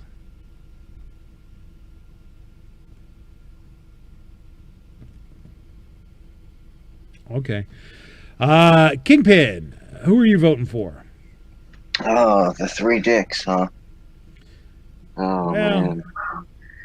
I don't know sniffing a how- couple of dicks anyway. I don't know how Dick Blumenthal, Donning Dick as Mr. Trump would like to call him, has still got a job when he faked being in the military. Like how is he still there? That's sad. Because the majority of people in your state are retarded. Yeah. Yeah. I mean, there you go. 51% are fucking idiots. Yeah. That's word number 3, by the way.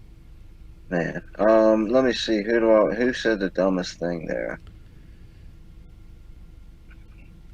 I'll go ahead and go with Blumenthal.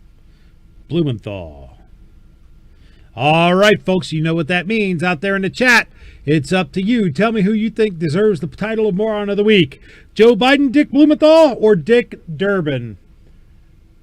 By the way, I'm voting for Joe Biden because the two dicks are just lying dicks, and, they are trying to score political points during the confirmation hearings, and Joe Biden's just a freaking idiot. So that's where my mark is going for, is Joe Biden. But tell me out there in the chat. Tata says, I'm voting Durbin. So Durbin. Let's see.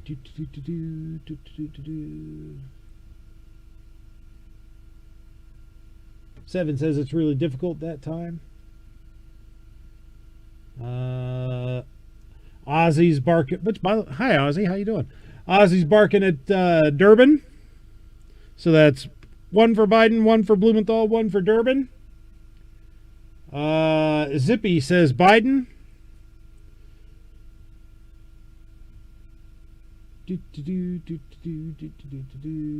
Hub 1964 says Durbin.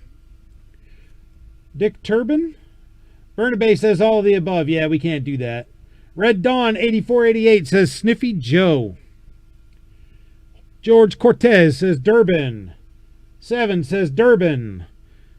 Britain says Old Joe. Travis says all of the above. We can't do that. Fear no evil writes in Trump. We're not taking write-in votes this time. Carly Ellison says Sleepy Joe. So we got 5 for Biden, 1 for Blumenthal, 5 for Durbin.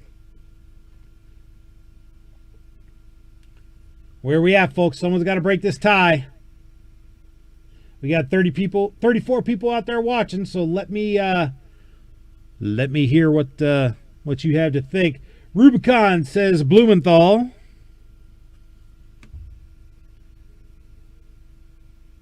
George Cortez says hi, Travis T. In case you didn't see that.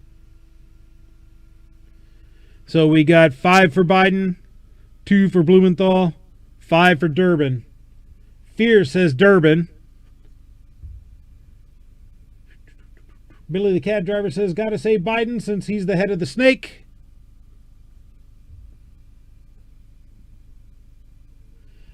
So we got 6 for Biden, 6 for Durbin, and Dick Blumenthal coming up from behind with 2. Turbin for Bernabe.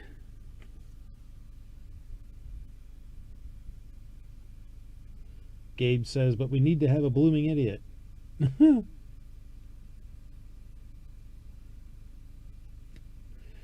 Guy says, can we turn in the absentee ballots from the rest of the viewers? Well, you know, what matters with absentee ballots is who counts them, and that's me. So if you really want fraud, and I am corruptible, so, you know, go ahead. Right now we got 6 Biden, 2 Blumenthal, 7 Durbin. Going once, folks.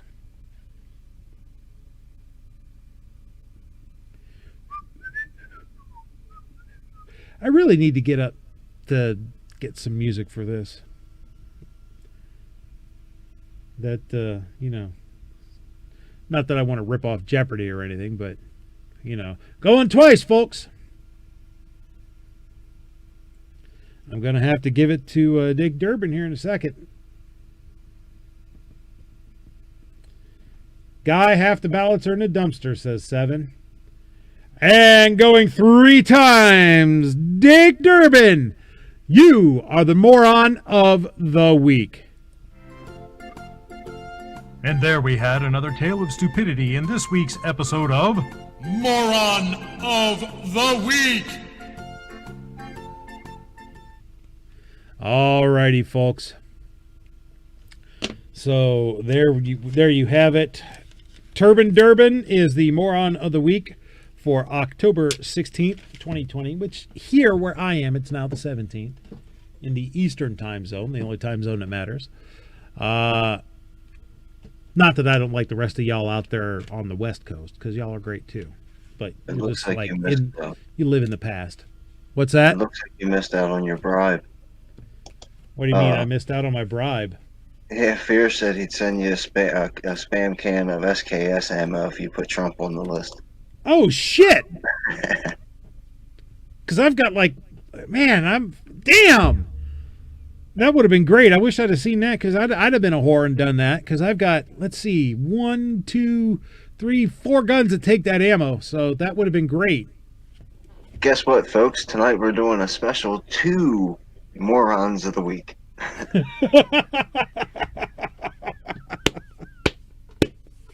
Yes.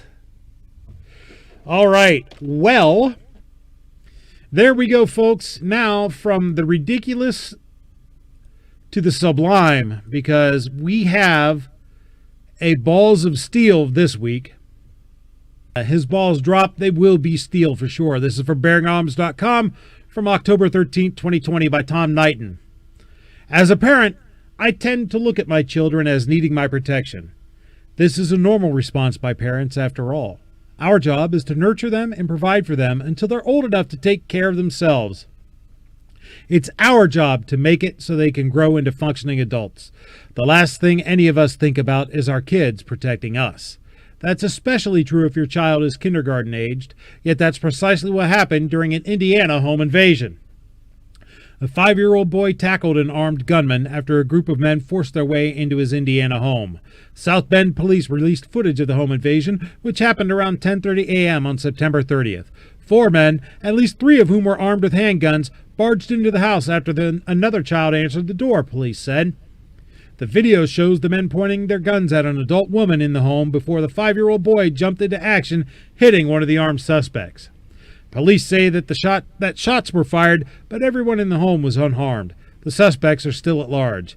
We tend to spend a lot of time talking about the need for firearms, and they're certainly important. This situation could have gone very differently because the residents didn't seem to have the tools to fight back most effectively. However, there's another tool we need to talk about, one this kid has in spades, and that's the will to fight back. Time and again, I see potential victims fight back and thwart their attackers and come out on the other side unharmed. That actually makes sense too. See, criminals don't like to work. That's generally why they become criminals, after all. They see a way to make an easy score and jump on it. Yet, when their victims fight back, it means the bad guys suddenly had to put forward some effort. What else do you call dealing with a rampaging 5-year-old who just tackled one of your crew? Honestly, I want these guys caught, and not just because they're scumbags who try to prey on innocent, hard-working folks.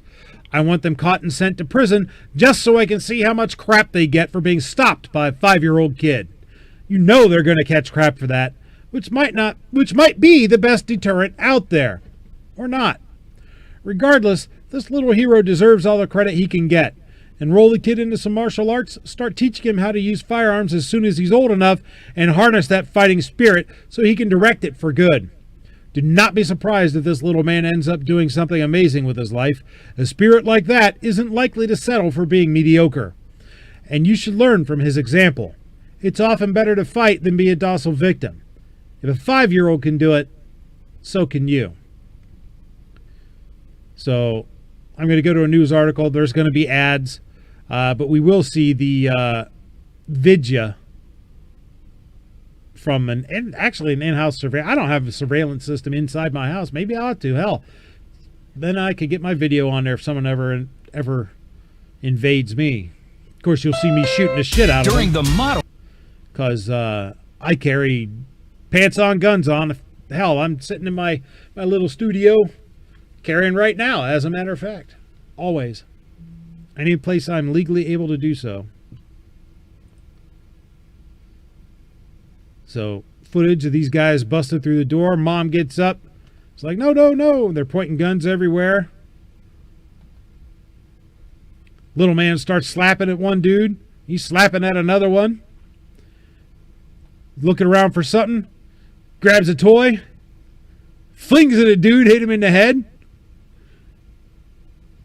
Then he's just slapping the shit out of him. Going at him, grabbing his gun hand. This kid has no quit in him, man. That little dude, when his balls drop, they will definitely be balls of steel. So good for him. I'm just glad he didn't get shot. Yeah, this isn't going to change the criminal mindset. Because No. those dudes went back to wherever they hang out at and bragged about, that little boy's lucky I didn't put one in his head. That's what they Yeah. did. But I have to agree with Tom Knighton on one thing. The will to fight back is often the difference between being... For those who... Yay! Yeah, I really need... this is the oldest segment of the show. And you have the drop. And I have the drop. The yay!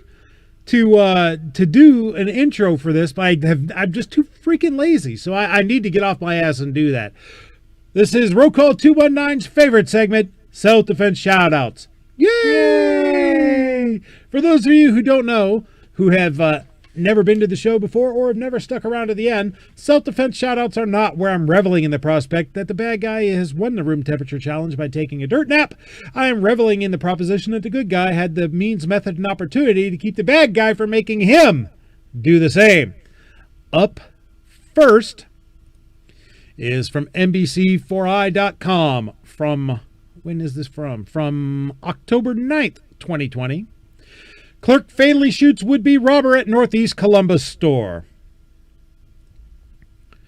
Columbus, Ohio. Police say an exchange of gunfire led to a clerk fatally injuring a robber at a Northeast Columbus store. According to the Columbus Division of Police, at around 1:09 a.m., two armed suspects wearing masks entered the Beechcroft newsstand along East Dublin Granville Road and demanded money. I actually know where that is. Police say the clerk fatally shot one of the suspects during an exchange of gunfire. The other suspect fired shots, striking the clerk and a customer before running from the scene. The robbery suspect fatally shot has been identified as Juanye Hawkins Payne, 19. The clerk and the customer were taken to an area hospital where they were treated and released. The other robbery suspect, Dathan Jones, 20, has been arrested according to police and charged with murder. See, that goes to the Ohio law I was telling you about earlier, that if you are involved in the commission of a crime and someone dies during commission of that crime, your ass gets charged with murder. So good for you, store clerk. You were able to defend yourself, and you had the will to defend yourself. So that is just awesome. Next up, from WCPO.com. This guy almost made it into Moron of the Week, by the way. From WCPO.com, I-75 shooter acted in self-defense during road rage confrontation. And it's not the shooter, it's the shootee that almost made it into Moron of the Week. Prosecutors will not press charges against the Cincinnati man who fatally shot another Friday afternoon on Interstate 75. Kentucky County Commonwealth's attorney Rob Sanders announced Monday afternoon. Sanders said the shooter had acted in self-defense after the victim, which is bullshit. The guy that shot the fellow is the victim of the crime here. Otherwise, his ass would be in jail. 41-year-old John Patrick Abel struck his car and approached him with a rifle drawn. The investigation by Fort Wright and Kenton County Police Departments conclusively found the shooter was reasonably in fear for his own life and responded lawfully, Sanders said. Multiple witnesses confirmed the story, according to Sanders. Some provided cell phone images of Abel threatening bystanders and the shooter. The crash, which took place outside Fort Wright, began as a rolling confrontation between the two men, according to a news release from Sanders' office. The shooter's call to 911 would describe it as an unprovoked road rage incident as he drove home from work. Abel struck his car and then spun into the space between the interstate and the Kyles Lane on-ramp.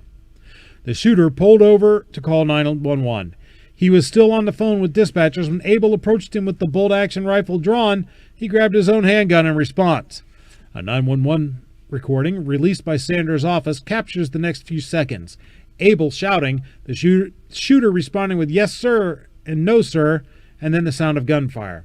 "He's shot bad," the shooter tells the 911 dispatcher immediately afterward. "He's shot in the neck. He needs help." See, you can tell the bias of the editorial staff here, because I would have been calling the guy the defender, not the shooter, and I would be calling the Abel the aggressor here. The shooter can be heard giving Abel first aid instructions. "Put your hand on the wound, sir." Sanders said the shooter attempted to treat Abel until first responders arrived. Abel would be pronounced dead shortly afterward at the University of Cincinnati Medical Center. According to Sanders, the reason for Abel's aggression toward the shooter remained unclear by Monday night. Toxicologists will determine whether drugs or alcohol played a role in the crash. So there you go, sir. Mr. What was his name? Do they mention his name? No, they don't mention his name.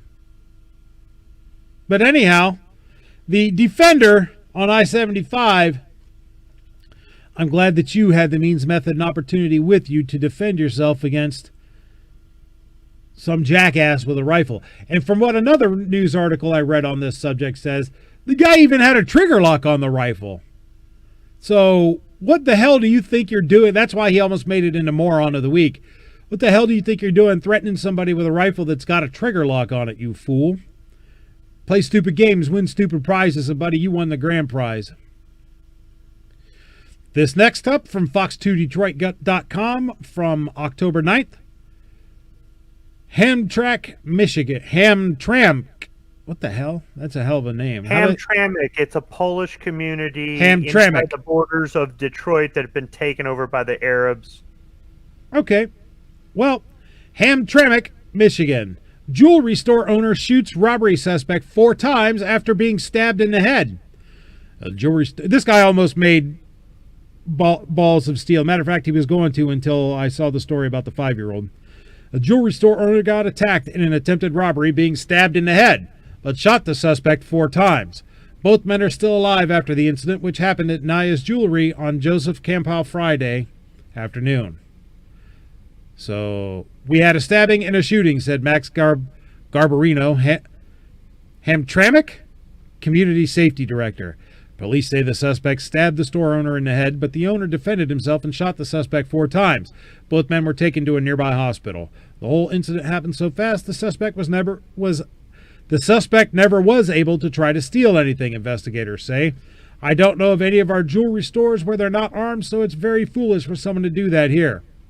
Investigators aren't disclosing the extent of their injuries, but they did say the store owner is expected to recover.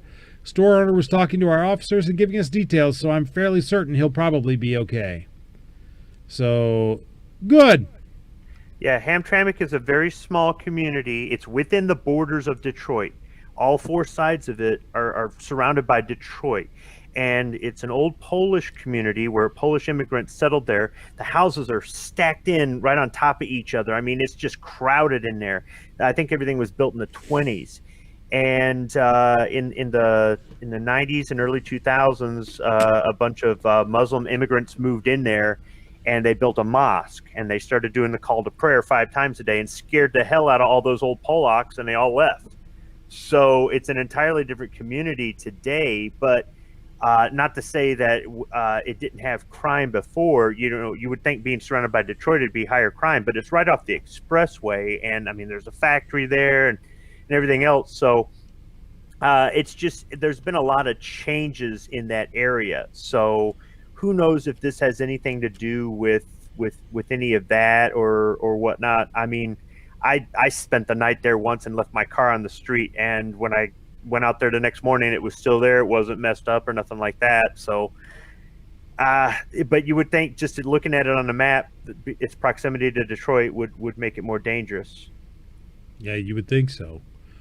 Next up from ABC11.com, man shoots knife-wielding home invader during break-in in Person County, deputies say, from Saturday, October 10th, 2020. Person County, North Carolina. A knife-wielding home invader was shot while attempting to break into a Person County home late Friday night. Person County deputies said around 10:30 p.m. on Friday, a male neighbor was shot while attempting to break into a home along Rhododendron Lane. Authorities said a man inside the home shot the neighbor 2 times in what appears to be self-defense. The chief deputy of Person County, Kevin Crabtree, said the home invading suspect should fully recover and be released from the hospital later Saturday. The shooting remains under investigation. And last but most certainly not least, this is from News9.com. 2 injured in burglary turned shooting in Norman from Thursday, October 15th, 2020. 2 people were injured in a burglary turned shooting early Thursday in Norman, police said. Police were called shortly after 2:10 a.m. to a home in the 1000 block of West Boyd Street. When officers arrived, they found a man with a gunshot wound. That man was identified as 23-year-old Dalton De Leon. He told police he heard someone rummaging through his vehicle in his driveway. De Leon said he stopped the suspect, a 17-year-old male, who then ran from the scene. De Leon told police he chased the suspect on Boyd Street to the intersection of Marywood Lane. De Leon told police the 17-year-old then pulled a gun and shot at him. De Leon, who was also armed, told officers he returned fire. De Leon was taken to a local hospital where he was treated and released. Police said officers found the suspect a short time later in Lyons Park, 450 South Flood Avenue, with a gunshot wound. He was taken to a local hospital where he was also treated and released. The suspect, whose name was not released, was booked into the Cleveland County Jail on complaints of burglary and assault with a deadly weapon. So there we have several instances that prove what Mr. Knighton was saying, that the one key thing that is often missed in talking about things like this is having the will to fight back. And despite what NPR and the mainstream media would have you believe, good guys stop bad guys with their guns all the time. On that note, we're going to start wrapping it up. But first, I would like to give my esteemed panel a opportunity to give us some final thoughts and make their plugs, tell where you can find them, etc. Calaveras 32 Special was with us earlier. He bumped out, so go check his stuff out.